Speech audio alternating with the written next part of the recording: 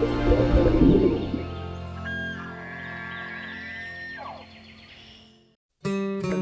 Afield. Every week, Kentucky Afield brings you features on hunting and fishing across the state. What a nice fish. It's an opportunity to hopefully get that bird in play. Hey, we got another one over here. There he is. Ooh, a nice one too. Boy, he's healthy. What do we got? That was awesome. Got the first jump. Barely made it out of the field. Got one. Big smallmouth. Very nice. Double point, they're in there. There they go. Look at that joker. Woo! That's a good one there. Look at that. Beautiful. Whoa, this is a good one. That's better than good, Chad. Hello and welcome to Kentucky Afield. I'm your host, Chad Miles, and tonight we're here for our annual question and answer show all about fall hunting. Joining me on the staff tonight, I have Wildlife Program Coordinator John Hast. How you doing? Doing great. Answering all of our small game questions, we have Wildlife Program Coordinator Cody Rhoden. How you doing? Doing well, thanks. And then all of our questions regarding law enforcement will be answered by Game Warden Paul Sorrell. How you doing? Doing good. You guys have all been on staff before. What I love about this staff is you all spend a lot of time out in the woods hunting as well. You've been telling stories about being in the tree stand. And are you all excited about the fall hunting season here in Kentucky? Absolutely. Yeah. Well, we've got a ton of questions. We've been collecting questions via Facebook, so we have a bunch of questions. First off, I want to tell you, we're coming to you from the Salado Wildlife Education Center. If you've never been here, you got children especially, make sure you bring them out Tuesday through Saturday here in Frankfort, Kentucky. There's some new exhibits, so if you have been here in the past, come check them out. It's a great place to spend some time. All right, here we go. We're going to jump right into our questions. Our very first question, wouldn't you know it, it's a deer question. Very first question, what county do you think has the most deer? And this particular person, I don't see who it is, they have their suggestion. Yeah, they got their guess, yeah. So I'm pulling from the model that we run on our deer, and the winner is Pendleton County, both in total number of deer inside the county border, but also it has our highest deer per square mile at 95 deer per square mile on average. 95 deer per square mile. 95, a lot of deer. What's amazing about that is I think that it also holds our record for typical. Yeah, yeah. So the big deer and quality deer. And lots of deer, yeah. Oh, wow. Okay, so there you go. This person thought Boone County may have been the best, but Pendleton County, so there you go. Hey, there's great hunting, though, throughout the state of Kentucky. Absolutely. Even zone 1s, 2s, 3s, and 4s, it's different than the number of deer, but there's good quality deer in every county in the state of Kentucky, isn't there? Next question, how can we find a good WMA nearby? Any tips for first-time public land hunters? Now, this person doesn't mention if they're talking about deer or small game hunting, but Cody, I know you work with a lot of our WMAs. What would you recommend for a first-time hunter? Yeah, that's a great question. It can be tough, especially when you're starting out, to find somewhere to hunt. But we're very fortunate in the state of Kentucky. We have hundreds of thousands of acres in the state, whether it's public access or it's areas that we actually manage in the Wildlife Division. But the first stop you'd want to do is go to our website, fw.ky.gov, and just search public lands in the search bar. And through that, there's several mapping tools that we have. You can get mobile applications that'll show where you're at with the mapping tool. But with a lot of hunting, your scouting and stuff like that starts, with the laptop on the internet and searching things. You can do that all at fw.ky.gov. And especially, the last few years, the Wildlife Division had introduced this tier system with the WMA. So we have tiers 1, 2, and 3. And essentially that's just an attempt to give our constituents more information about the activities that are happening on those public lands. For example, a tier 1 WMA, if you see that tier 1 label, that's essentially we're doing a lot of management for tons of different wildlife species. Sometimes it's more geared towards upland wildlife like rabbits and quail and turkeys and stuff like that. And sometimes it's geared more toward waterfowl management, so things like migratory birds, ducks, stuff like that. But those tier 1s have our heaviest influence of management.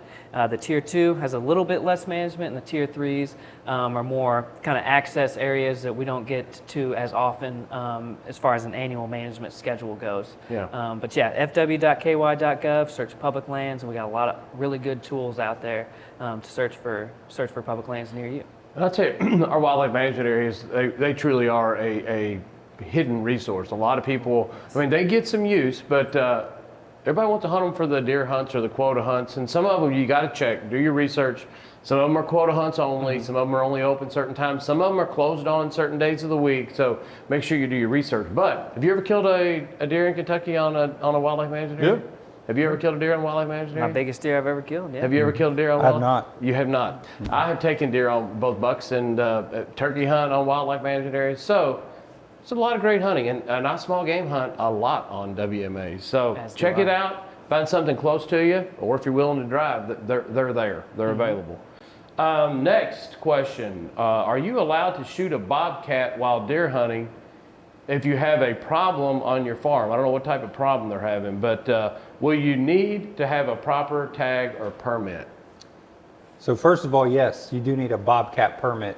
That is a new permit that the department introduced, I believe it was 2 years ago, but it is a free permit. So it doesn't cost anything. You can go ahead and go online and get that permit just like you would buying your license or your deer permit. So that is required now. And then as long as it's within that bobcat hunting season, which this year comes in on November 16th, you are good to shoot a bobcat while deer hunting. I'm not sure what problem they're referring to. If it's some type of nuisance problem, there would be more information needed in order to take it out of season. But as long as it's within that bobcat hunting season, yes. So that you need a permit, and they're free. You go get those online, and it sounds like it's not open that first week of modern farm season. So you're going to have to miss that first week. Check your dates. Comes in when our fur bearer season comes in. Okay. All right, there you go. For all those that may be interested in pursuing a bobcat. All right, next question. What would you recommend for hunting whitetail, a shotgun or a rifle for a beginner? Also, what rifle, what caliber would you say is the best? I have a 12 gauge, but I'm curious to look for a better option. Who's my firearms expert here? Who wants to answer this question? There's so many different firearm calibers, and depending on who you talk to, but I think tried and true, you can't go wrong with a 30-30. Yeah. I mean, that's what I used for up until just a couple years ago, and still do, depending on where I gun hunt. Very little recoil. It's smaller weapons. So. Depending on what part of the state you hunt, you might not be taking a 100-yard shot. And 30-30 is perfect. Interesting that they mentioned a shotgun, because they currently have a shotgun. Have any of you guys ever shotgun hunted for deer? Man, I'll tell you, when I first got into deer hunting, it was extremely popular. You'd buy a shotgun, you'd go get a slug barrel that had rifled sights and a rifled barrel on it. You'd find out what slug shot best, and that's what you hunted with. They were really, really popular. Still extremely effective today. If he already has a 12 gauge shotgun, then he could obviously put that to use. But man, rifle adds a different level of accuracy, and of course 30-30, you're not gonna have major range, but Right. I think if I was going to get into long-term rifle hunting, I'd probably go with a rifle. But it can work with a shotgun if they're trying to pinch their dollars, right? Sure. Yeah, I The grew good up thing in about a shotgun too, some of those, if you want to shoot deer that 60 yards and in, you don't need a scope either. They have rifled sights on them. If you buy a barrel that goes on it, they work pretty well. Next question: what is your favorite 5-day window to hunt deer? Man, there's a lot of research that's gone into this. You can open up any magazine that comes out in the fall, and it's going to tell you your can't miss days in the deer stand. But if you're going to give a 5-day window, when are you hunting them? I'm probably going the 5 days before our modern gun season comes in. Yeah. If I can take it, very seldom is that 5 days, but I'll try to get to the farm, archery hunt Wednesday, Thursday, Friday, something like that. Yeah. Before the people hit the woods and everything's kind of still calm, and that's pretty much what I've seen is the big time rutting activity and deer moving. Yeah. I agree with you. I definitely agree with that, and I'll back it up a tiny bit and say the 5 days after Halloween. Yeah. I think that just backing it up a tiny bit, you get a little bit more activity. And again, anytime right before that modern gun season, I think is a really good time to go. Yeah. What do you think? I'm gonna agree with Cody. It's Halloween and those immediate days after. It's usually when you start getting some good crisp mornings. And we really see, when we're out working, that's really when we see an uptick in activity and hunter participation. Our WMAs start filling up and a lot more all-day sits. So I think Halloween. It's just a great time of the year, that very end of October, beginning of November. Still, usually in Kentucky, it's not real cold. Leaves are starting to fall off. And man, when those leaves start falling and deer are making scrapes, if they're keeping those scrapes clean, they stand out because the leaves are on the ground. All of a sudden, there's a big patch with no leaves on it. It just really is a beautiful time to be in the woods for a deer hunter. Why doesn't Kentucky let hunters participate in the elk drawing each year and accumulate points, giving them a slight advantage to being drawn? You've never heard this question before, have you? No, I never have. And the key to that is a slight advantage. Yeah. And when we're talking the draw odds, it is a tiny fraction. And that's because we draw so few of the people that apply every year. So we had about 36,000 people apply, we drew 500. So basically with any kind of preference bonus point system, 35,500 people will have that point next year. Yeah. So you're really not gaining anything from it. From our standpoint, we're losing the ability for a new hunter or any of our, a youth hunter that's finally old enough to put his name in the draw, they'll never be drawn. Yeah. Because they've missed out on getting those points from day one. So it's a tiny, tiny advantage that also knocks a whole bunch of people out of ever getting an elk tag. We'll have a very old age class of hunters out there, won't we? Because everybody will have been putting in for X amount of years. Now, you have done, for individuals who do put in every single year without missing, you guys have added a bonus a couple years ago. Yeah, so this will be the second year of the loyalty redraw. We're still working through the about 65, 67 people that have applied every year. And probably next year we'll dip into really the second pool, those folks that missed one. Yeah, okay. And that's a great system. We rewarded 25 permits this year, so our unsold permits go to those loyalty people. Yeah. And it's a good way to move those folks that have applied every year and many years into, getting to elk hunt. It's not exactly a preference point system, but it's very similar in the fact that it increases your chances for individuals who have put in every single year. Yep. And I was not aware until just now that you're going to go to how many you missed one year. Will it be any year out of the 20-something years? It's any year. It's cumulative years, so you can miss one out of anywhere. So if you're curious on my profile and the elk draw results, we've actually got our IT folks put together a really nice list of your number of years. Okay. I get a lot of phone calls, hey, I've applied every year. They look at that list, realize in 06 they missed it one year because they were out of town or something. So go in, look at that, and you'll kind of see where you stand. Okay. And we're going to move right down the line. I'll tell you what, it takes. for anybody that hunts and fishes in the state of Kentucky, if they don't know how to go into their My Profile and log in, you'd be surprised at how much information is in there. And it'll give you warnings about, make sure you fill out your hip survey and things like that. So it's very helpful to log in there every now and then, check it out and see what's going on. If you can't remember if you bought your license, if you need to reprint your license, if you want to go back and go, hey, when did I take that buck last year and the year before and the year before, and you're kind of planning what week you're going to take off? It's a good way to see when you've had success in the past too. So all that information's on there. So check it out, My Profile. It's very easy to log in. Next question, why do bucks tend to be smaller in eastern Kentucky than in western Kentucky? It's a good question. Absolutely a good question. So a lot of that is driven by the acorn crop. So the deer in East Kentucky are more dependent on that crop year after year, whereas our central and west Kentucky deer, if there's a acorn shortage or failure one year, they're going to have plenty of crops to get them through, mainly soybeans in the summer. So a lot of the now, I will say that we've had a Boone and Crockett deer from almost every county. I think we're lacking one county in the state of Kentucky, so it doesn't seem to be a big factor. But, body size tend to, antlers year after year tend to be a little bit better in central and west Kentucky than in the east. But I'll tell you this, down there, I know you spent a lifetime in eastern Kentucky chasing elk and studying elk. Some of the biggest deer I've ever seen in my entire yeah. life have been on those wildlife management areas or those Absolutely. reclaimed coal mines in eastern Kentucky. Yep. Seen some giants down there.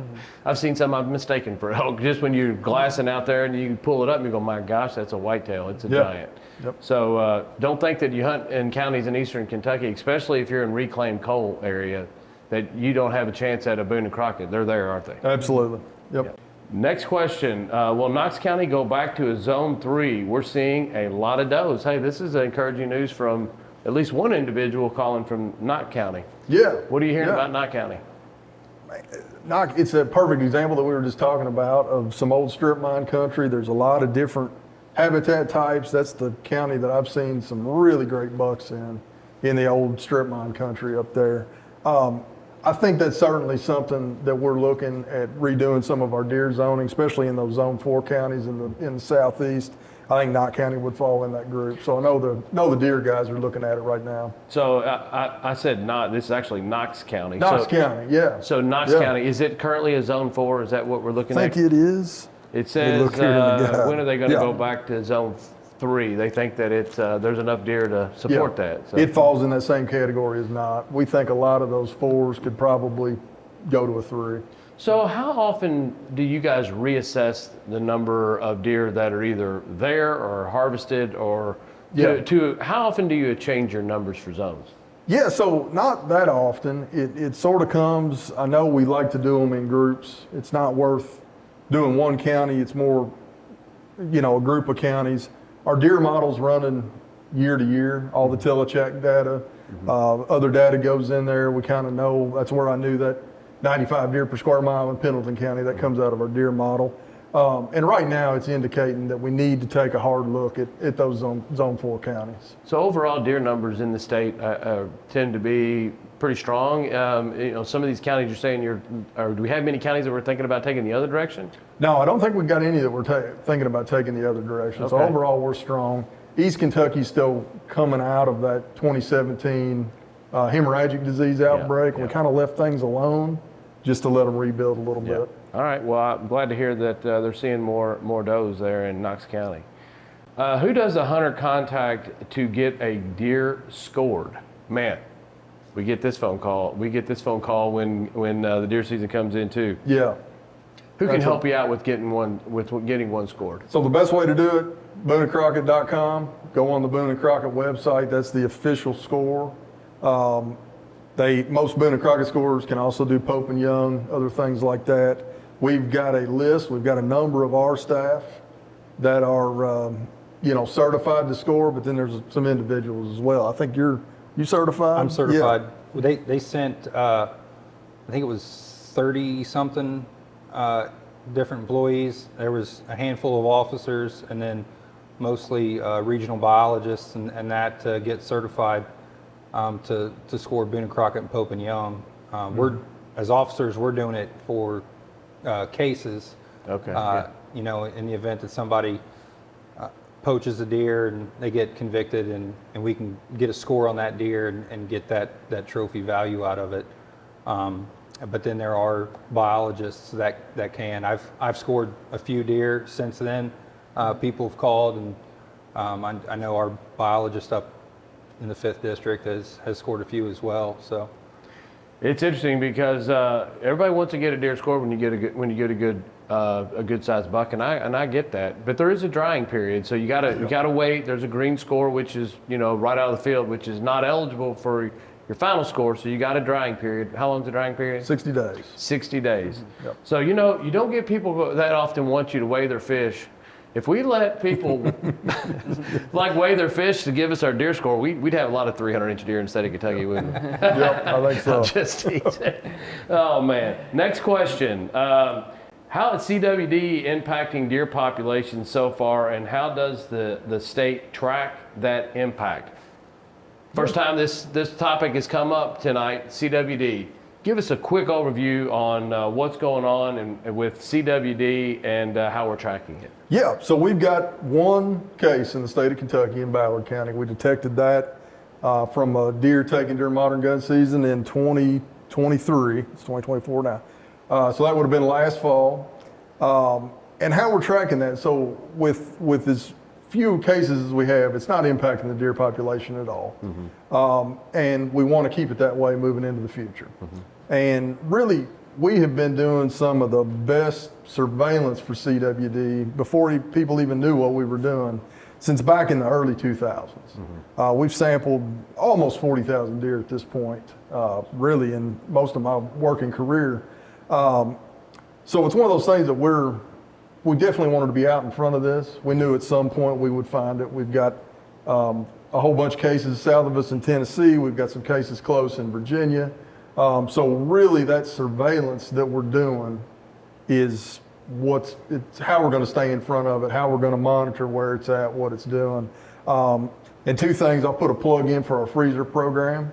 So to make it easy on us and the easiest way for us to do surveillance is to have hunter cooperation. So bring us your deer heads. You can go online, you can look in the hunting guide. We've got 46 freezers across the state. Especially the folks killing does, you don't have to worry about the antlers. Go to a freezer, drop that doe head in there. You can freeze it at your house for a month and bring it to us, as long as it's frozen. The freezer will have everything you need. It'll have a tag. If you are at all concerned about having your deer tested, that's the best way to get it done.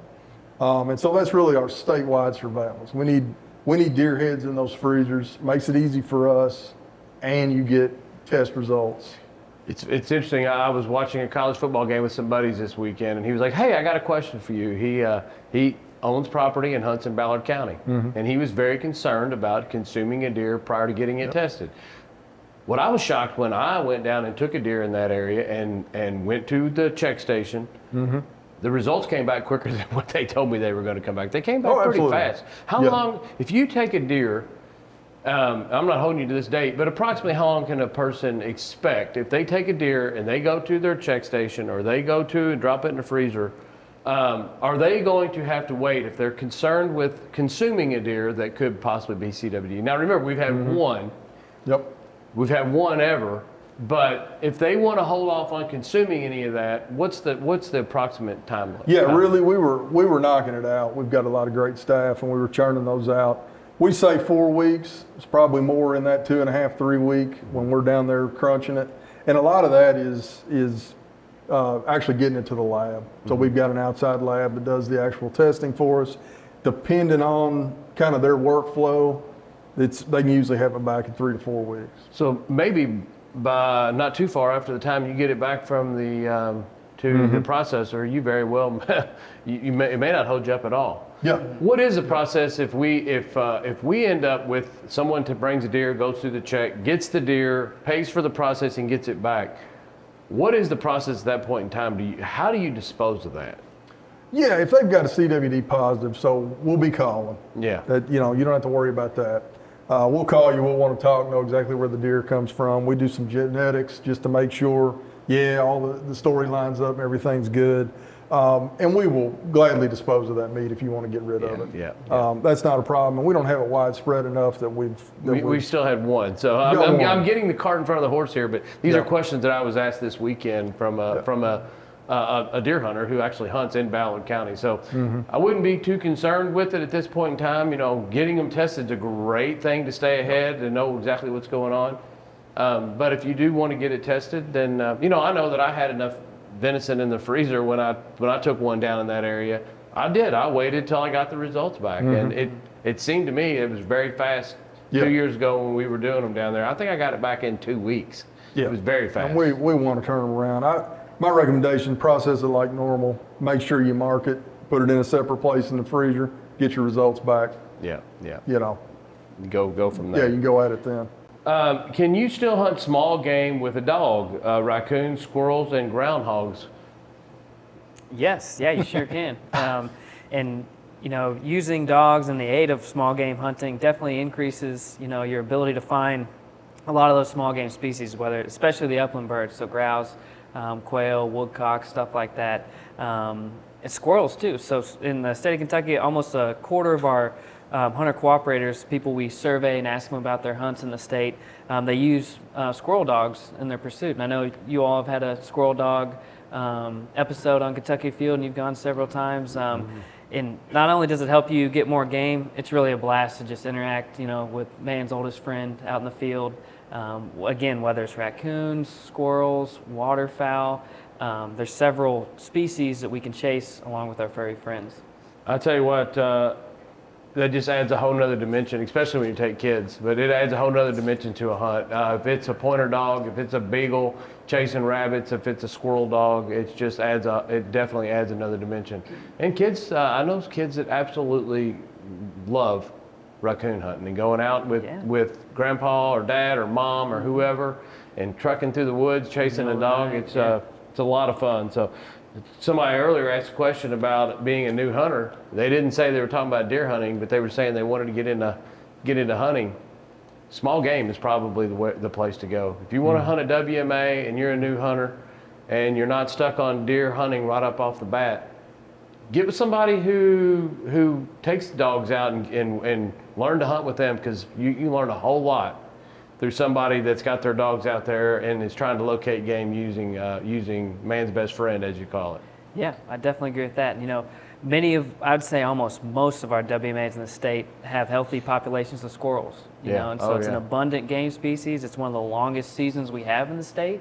You can use a myriad of different weapon sizes. You can even use a slingshot in the state. And they of are Kentucky. busy on the ground right now. I looked out in my front yard the other day, and there was 5 of them. And the nuts are starting to fall. They're burying their caches for later on in harder times. So they're busy right now. If you're a squirrel hunter, it's a great time to. Squirrel season's currently in too, right? Yes, that's correct. Yeah, it came in August, and it'll be in until the end of February. Yeah.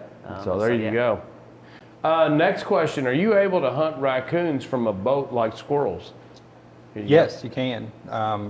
All fur bearers, you can. The only difference is with raccoons, raccoons and possums, you cannot shine them from the boat. So if you're hunting raccoons at night, you can't shine them from a boat like you can, from the ground when your dog's got them treed. So you're able to take a spotlight and then get off of the boat if you have permission, and then do the shining from there. Is that how you have to do that? Correct. Okay. All right. There you go. That's a question. I did not know that. Next question. There are several questions here about bear chase season being closed to archery bear season. Have these season dates changed? Being close, yeah. It's a being. Oh, close. Yes. Is yes. it close? Yeah. Yeah. So we actually start off. We've got a 5-day bear dog season where they're chasing and can harvest. Then we go into a 3 or 5 day archery season. Then we go back into dog chase. Okay. And that is really, we spread that out mainly because we've got a fairly tight calendar in the fall, which is great. There's something to do every weekend. We've kind of got it, the dog season tucked in behind early muzzleloader, but then it's over before deer modern gun comes in. Okay. So we kind of had to, it was a little bit of a puzzle to squeeze those number of days in there. I got you. So that was the reason for that. We talked about a couple things. We talked about using dogs. There you go. And people use them for bears. I mean, there are dogs that are bred specifically to locate and tree bears. So, hey, you talked about the calendar being full. Man, there really is something going on. Almost every weekend. Deer season, the archery season's been in since I guess it was the 6th, right, this year of September? September 7th. 7th, September 7th. And crossbow season came in shortly after that. 21st. Now we've got youth weekend coming up October 12th, 13th. Immediately after that, the muzzleloader season is the next weekend, 19th, 20th. Modern gun season, November 9th through the 24th. Then we have a late muzzleloader season and a free youth weekend, which comes up in December, looks like 28th, 29th. The calendar is packed, and that's just for deer. So there's a whole lot of other activities going on. So when you start talking about these dates and why they are the way they are, really it's about spreading out people in the woods and on WMAs and out there pursuing game, doing it where it's a good experience for the hunter and it's a safe experience as well, right? Yep. Next question. What is Fish and Wildlife doing with the wild hog population? I have noticed that they have banned hunting them. Are they trying to eradicate them or increase their population? Yeah, definitely eradicate. Yeah. And this is very counterintuitive. It is. A lot of people who they hate seeing a pig, they don't want pigs, They're up there, and a wild pig comes by, and they're with their rifle sitting in their deer stand. Look, there's a wild pig. It's a chip shot. Yep. But the answer is what? Call us. Call you. Call us and let us trap them all. Yeah. And that's something, like you said, it's counterintuitive. You know, Kentucky's not Georgia or Texas or Alabama. All of our pigs were essentially trailered to a spot and let go. Yeah. You know, they popped up in these little pods, and in the last, I mean, we've removed thousands. We've proven that we can successfully get rid of a bunch of pigs. And hunting was not helping that, which is, you know, hunting is conservation. Hunters have done everything, you know, in the modern times to bring wildlife back, to manage them, and it just is not working for pigs. So this, you know, it's really twofold. Number one, we want to de-incentivize any pig hunting. We really don't have a culture of pig hunting in Kentucky. And number two is we get the professionals, we come in, we trap the whole group, get them out of there. You know, the best guy sitting in a deer stand might get 2 or 3, and then you've just educated the other 20. Yeah. And they're almost impossible to catch at that point. A couple things you said that I found really interesting is, you know, every time you find a group of pigs, they were trailered in and let go. So these are situations, so if hunting them is illegal today, you're going to get cited if you're shooting pigs. The hope is that there are no more pigs being trailered in and turned loose. I mean, Yep. that's a the big part of it. The old idea is that there's no incentive whatsoever for a hunter, Yep. anyone that may have a way to try to generate any interest on their property, financially or otherwise. Yep. If you drop a pig off there, no one's going to be allowed to come hunt that pig. We want a phone call and to trap them. And I will tell you, when you said don't want to take 1 or 2, you want them all, we went out and filmed a segment, and we were on call. It was multiple days. They were like, well, we've got 70% of the pigs in the trap tonight. They waited till they thought they had every single one. And I think that they had one that got loose. We had one that was outside that we killed when we walked in, if I remember right. So you think about how effective you can be when you start feeding them, running cameras, and you're counting them for the first several days Yep. to try to get all the pigs in the trap at one shot. I don't know a human alive that can shoot that well, because Yep. pigs are smart. You start pulling the trigger and they start going nocturnal and you don't see them anymore. Yep. But they're still breeding. Yeah, smartest animal in the woods, and we don't want them. I mean, if you look at Boone and Crockett deer that come out of the state, if you look at our great turkeys, quail, we don't want pigs. Pigs don't jive with what we've got here. Yeah.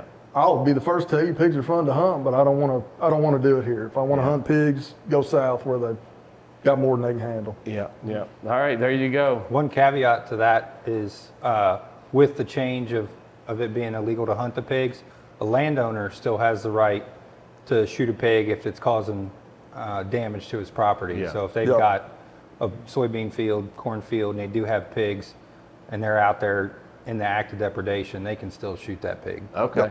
Now, for someone to do that, do you need to call before you take it, or can you? You can call after, as long as Okay. you contact your local game warden. That after sounds doing like so. a very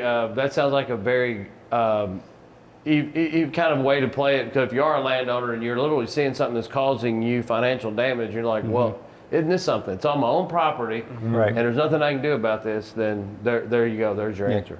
Yep. Next question's about deer and CWD again. This person wants to know how many cases of CWD being transmitted to humans from consuming meat have been documented in the U.S. 0. 0. Yeah. And that's But the- 0 North America. Yeah, that's 0 North America. So there's just a lot we don't know about it. The CDC, Center for Disease Control recommendation is don't eat a CWD positive deer. And that's easy to do nowadays. Get your deer tested, you'll be good to go. And I'm not concerned about it, but if I'm in this area that we've had some CWD, I'm getting them tested. Yeah. I mean, that's Yeah. kind of where I'm at with it. 'Cause, you have no reason to really worry or fear, because now we're talking about 0 cases of transmission to humans and 1 case of 1 deer in the entire state. But still, a lot of time, effort, and energy are going into this, because it could dramatically change the way we hunt deer in the state of Kentucky. Yeah. untested, unlooked at, unsupervised, I should say. So Yeah, absolutely. spend a lot of time, effort on CWD at the Department of Fish and Wildlife to try to stay ahead of this, right? Yeah, and you getting it tested helps everybody out. I guess that's the best way to put it. So get your deer tested. We've got a number of ways to do it. And then that also helps us get our statewide surveillance numbers. And you know you got a good deer to eat. Okay, there you go. There's some mandatory check stations in the surveillance zone that are going to be staffed during the 3 weekends of modern gun season. So if you're hunting down in the area, actually the Ballard, the Marshall, those type of areas, make sure you check, because on that opening weekend, there could be some mandatory check stations where your deer, if you're taken in that county, have to be checked. But by now, we're 3 or 4 years deep in this now. So people that are hunting down that area probably kind of know they need to go look and see what days the check stations are open. Yep. This next individual wants to know what the favorite animal for each of us to hunt. Paul, we'll start on the end. What's your favorite animal to hunt? I honestly can't pick one. I like, Kentucky, we have something, like we've discussed, every weekend there's something. So I know I love the beginning of September because it's dove season, and you get out there, you can shoot a few birds, and then it's deer season.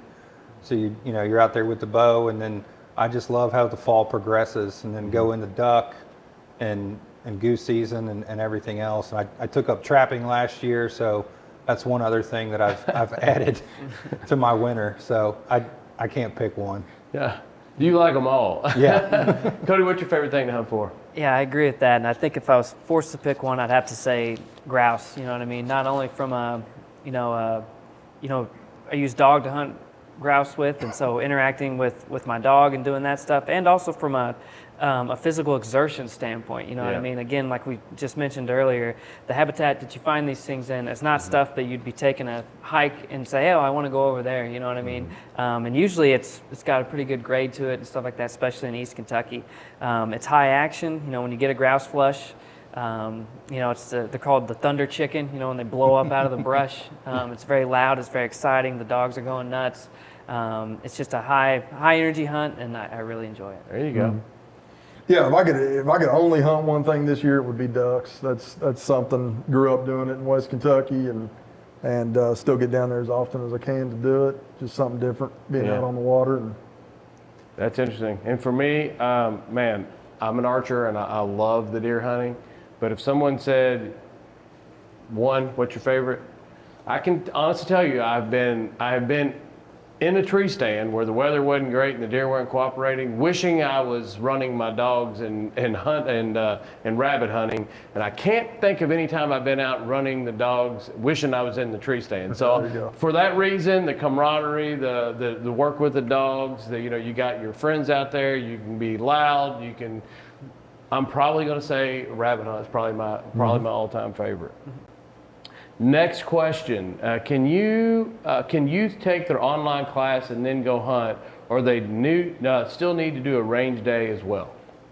They do. There are still plenty of opportunities out there to attend a hunter education course. Kids these days and sports schedules, it gets very busy, but to be fully certified in hunter ed, you would have to do the online portion and then attend a range day. I know a lot of the educator in my area, he's very accommodating when it comes to people just coming to the range day portion, the range portion of a hunter ed class, and getting them through. And if you go online to our website and check the schedule, there are some now that are scheduling just range days, throughout the winter, whether it's going to be at an indoor gun range or somewhere. So they're making it work out. Okay, there you go. Online range day only. You can do the coursework at home on your own time, and then just do the range portion only somewhere. So, next question. This individual says he owns 2 acres of rural land. Do I need a license and a permit to hunt it? No, he doesn't.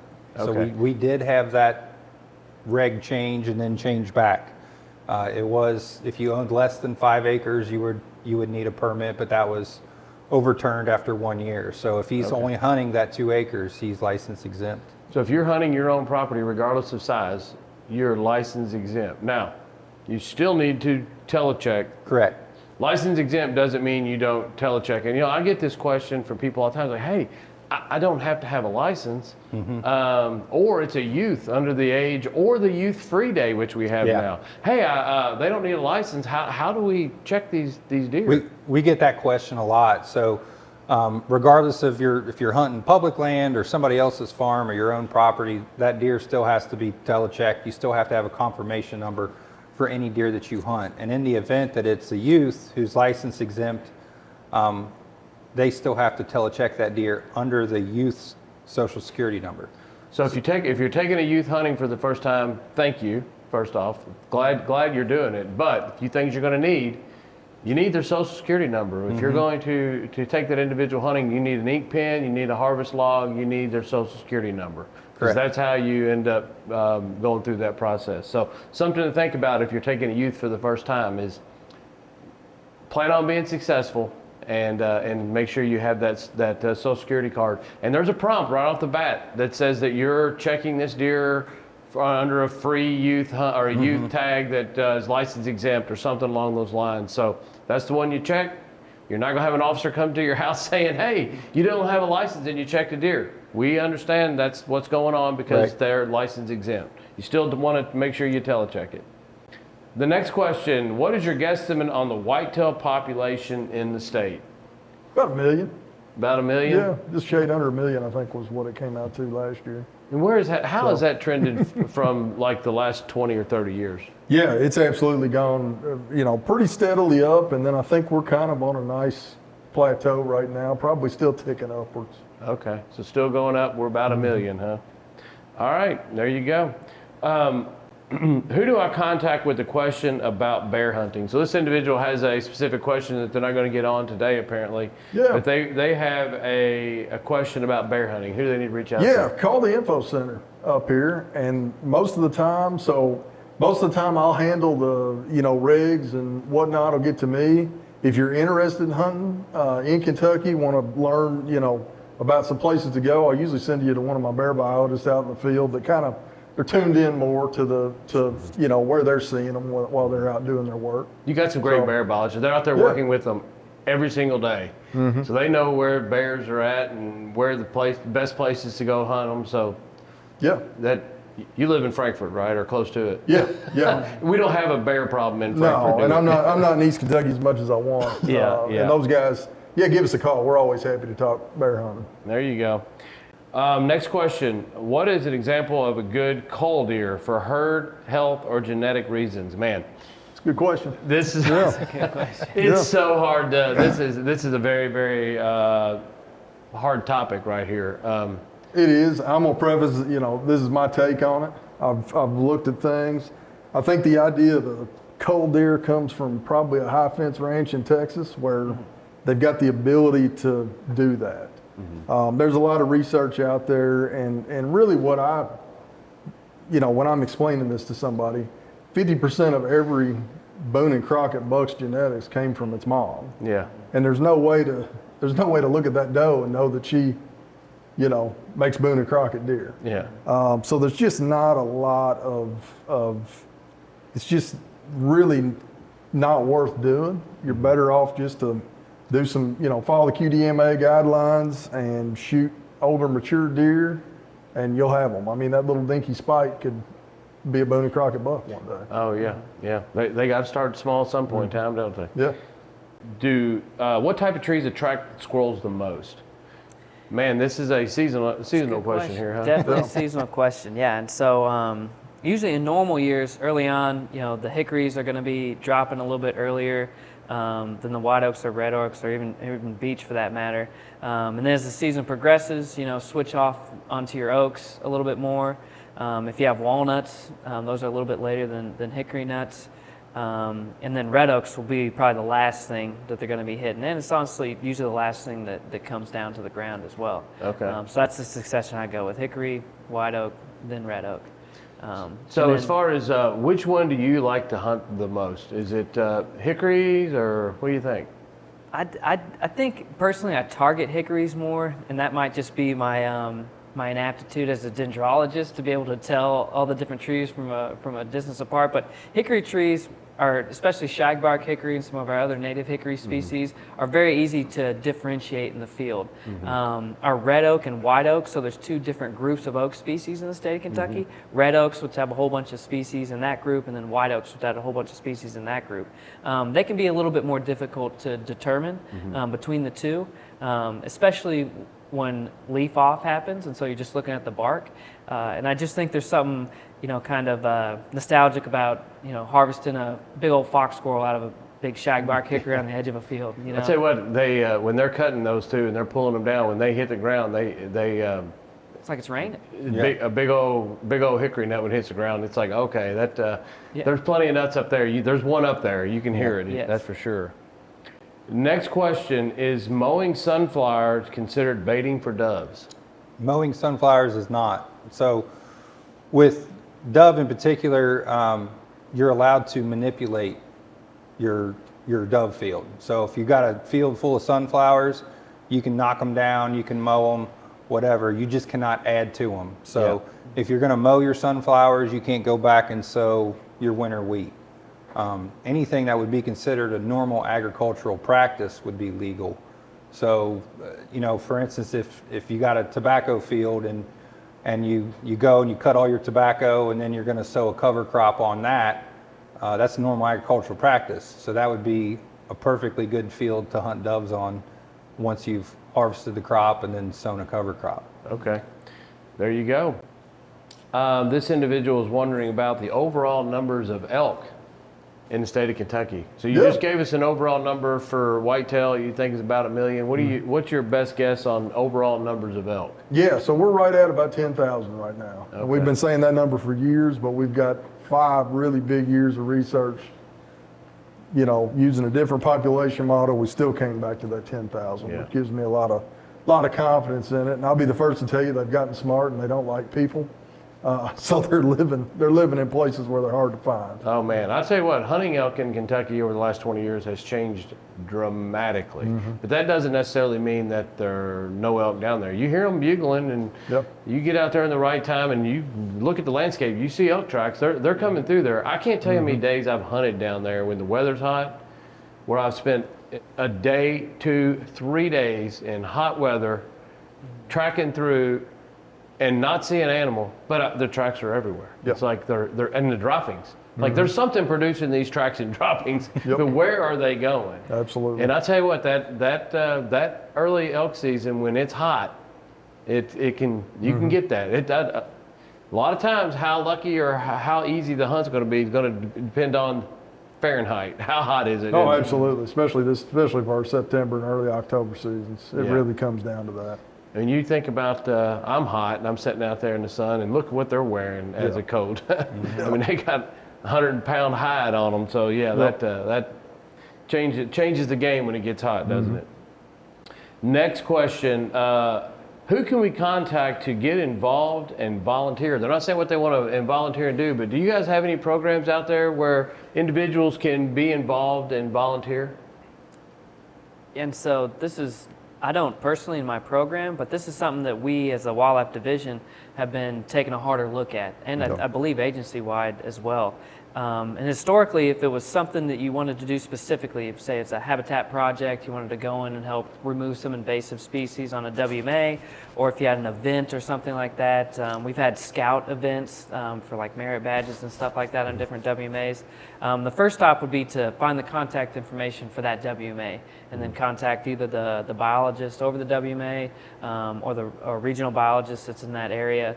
And contact them, because different WMAs handle it differently. Some of our WMAs have a lot more volunteer work on them, some have less, and so it kind of depends on what their schedule looks like for being able to handle those volunteers in the field. And so I'd say the first step would be, go online, search the WMA that you're thinking about doing some volunteering on, find the contact information for that specific WMA, and give them It's always close to start. It's always best to start close to home, right? Yeah. You want to volunteer. You want to be local sportsmen's clubs too.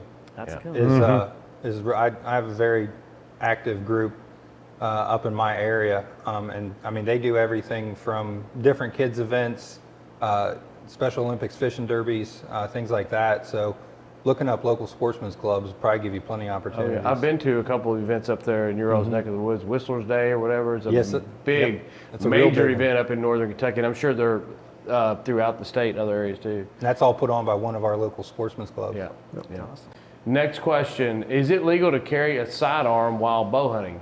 It is. Yes, you're allowed to carry. It doesn't specify that it has to be a sidearm or a rifle. You're allowed to carry a firearm during archery season. You just can't use it. Yeah, yeah. And it's like that question, that question comes up. Very few handgun calibers are legal to deer hunt with, so you're carrying something that's not legal to deer hunt if it's rifle season or not, unless it's what is it? It's like 45 Colt or bigger. It's done by 10 millimeter, basically 40 caliber and up. Yeah, so it's got to be a really good size handgun to be legal to hunt with anyway. What is the plan for bears as their range expands, and are they going to move further into central Kentucky and in the bluegrass region? Yeah, that's a great question for this summer. I mean, we've got one that spent a considerable amount of time in West Kentucky, going as far as Fulton County this summer. Fulton County, Fulton County. That's as far as you go in Yeah. Kentucky. Exactly. It's one of those things. Those are the younger males that are roaming. That's not necessarily. It doesn't necessarily indicate that we're having a population expansion. We know we're filling up some of our mountain counties, but we've still got a lot of room to grow. And right now we're managing some of our core counties like Harlan and Letcher. We want 0% growth in there. We're trying to kill enough there where we get that growth to 0% because we've got plenty. When you get up around Moorhead, there's plenty of counties up there that would support more. So I think, we're going to keep that 47 county bear zone right now. I would be very surprised if there's more than a handful of bears outside that zone, right now or into our fall hunting seasons. And there's always one-offs here and there, and we'll get those pictures, and that it happens. But you're saying there's 47 counties that are kind of the bear hunting range? Yep, that are open for hunting. Okay. All right. Next question. How does somebody who's never hunted before and doesn't know anybody who hunts gets into hunting? It's an interesting question. And there are some avenues out there for an individual who just says, hey, I've got nowhere to turn, no family that has any interest, no aunts and uncles. I'm interested. How do I get involved? Yeah, I think give us a call. We've got our R3 program. We've got some field to fork stuff. It's something that we as an agency are wanting to promote. And I know a lot of people personally that were kind of what we call they started hunting as adults. And that's a great time to do it. Oh, yeah. You've got a little bit extra money to get some equipment and be comfortable doing it, but then you're also in a little bit more supportive environment that, it's great to have friends that hunt or to have grown up doing it, but it's not something that you should, not do just because of that situation. And in other countries, hunting is for the extremely wealthy, the landowners, the individuals who can afford to go through the permitting process to get a firearm that you can hunt with. And that's not what we want here in Kentucky. We want wildlife management areas, hunting opportunities, and we want individuals that no matter where you're raised, what county, what city, where on a 1,000-acre farm or you live in an apartment complex, if you have the interest in hunting, we want to try to help you out, don't we? Yep. Oh, yeah. So there are avenues here in the state of Kentucky, and there's some individuals out there that we can put you in contact with. And so if you have interest in learning about either getting your hunter safety card, firearm safety, hunting, all the rules and regulations, permits that were required, and then just where do you start? Go on the website and let's find you a mentor, find someone that can help you out and get you started on the process. So, hey, and it's a great time to be interested in hunting because we talked about earlier, the hunting seasons, especially as it pertains to deer, I would want to encourage anyone out there to do a couple things this year. If you've never taken a youth hunter into the woods and you feel comfortable enough doing that, take out an individual and expose them to deer hunting. Even if you don't really want the deer, because that brings up my next point. If you want to go out and get a deer in the state of Kentucky, I promise you there is a food pantry, food kitchen of some sort that could use that protein. And we're going to donate a deer to Hunters for the Hungry this year. Hunters for the Hungry has been blessed with some donations that they've got a significant amount of money. It's available. You want to put protein right in your neighborhood, your city, wherever you live, your municipality. The funding is there. Go online, check out Hunters for the Hungry. This year is a little different than past. They need more deer. Usually they need funding. This year they really need deer, and it's an easy process. We've done it in the past. Consider donating for Hunters for the Hungry, and the opportunities right around the corner. Youth Weekend is the 12th and 13th, followed up the very, very next weekend is our muzzleloader season. And of course, we all know the modern farm season comes in November right after that. So give it a chance. If you got somebody that's interested in hunting, please help provide them the resources to get out there and get in the woods.